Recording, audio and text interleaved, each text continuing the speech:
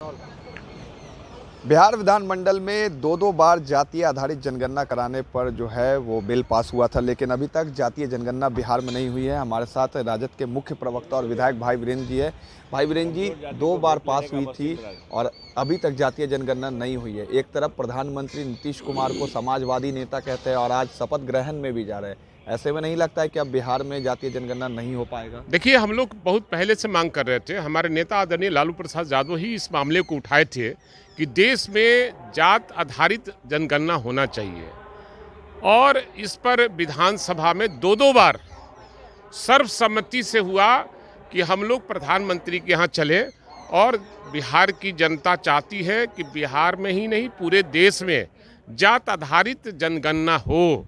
उस पर मुख्यमंत्री की भी सहमति थी और टाइम उन्होंने ही लिया।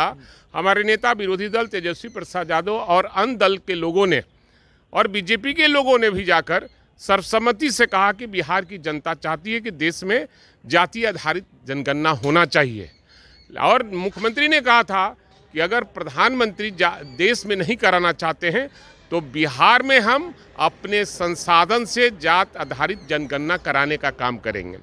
लेकिन जब से ये नागपुरिया समाजवादी घोषित किए गए हैं मोदी जी के द्वारा, तब से इनका मूड बदला हुआ है और ये अपने कथनी और करनी में इनका सामंजस्य कभी नहीं रहा है। ये हमेशा पलटू राम रहे हैं, कुर्सी कुमार रहे हैं और अपनी कुर्सी के लिए ये किसी हद तक जा सकते हैं और आज जा रहे हैं कहाँ, आप सबको जानकारी है। और नागपुरिया समाजवादी बने हुए हैं। कभी समाजवादियों का नहीं इनका रहा है न रहने का न काम करने का ढंग।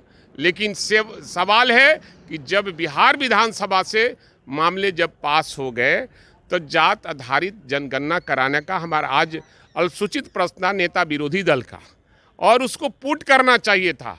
हमारा सवाल पहला था जो खाद्य उपभोक्ता में सदन के अंदर भी मंत्री से आपकी बहस हुई? हाँ, बहस हुई है और काफ़ी लंबा इसलिए खींचा गया कि नेता विरोधी दल का जो मूल प्रश्न है उसको टाइम टाला जाए, और सरकार सफल रही। लेकिन हम इसको हम लोग छोड़ेंगे नहीं।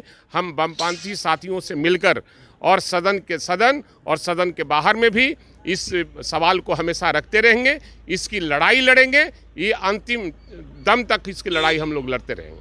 साफ तौर पे हमारे साथ राजद के मुख्य प्रवक्ता भाई वीरेंद्र थे, जिन्होंने बताया है कि जिस तरीके से समाजवादी नेता घोषित किया गया है प्रधानमंत्री की तरफ से मुख्यमंत्री नीतीश कुमार को, और इस पर लेकर आरजेडी ने तंज कसा है कि ये नागपुरिया समाजवादी नेता है। जिस तरीके से बिहार विधानसभा से दो बार जातीय जनगणना को लेकर जो बिल है वो पास हो चुका था, लेकिन अभी तक बिहार में जाति आधारित जनगणना नहीं हुई है। और इसको लेकर आज सदन के अंदर भी भाई वीरेंद्र ने जब सवाल किया तो सरकार की तरफ से इस पे विरोध प्रदर्शन किया गया और उसके बाद सदन को स्थगित कर दिया गया। अब आगे देखना है कि इस पर मुख्यमंत्री नीतीश कुमार क्या फैसला लेते हैं।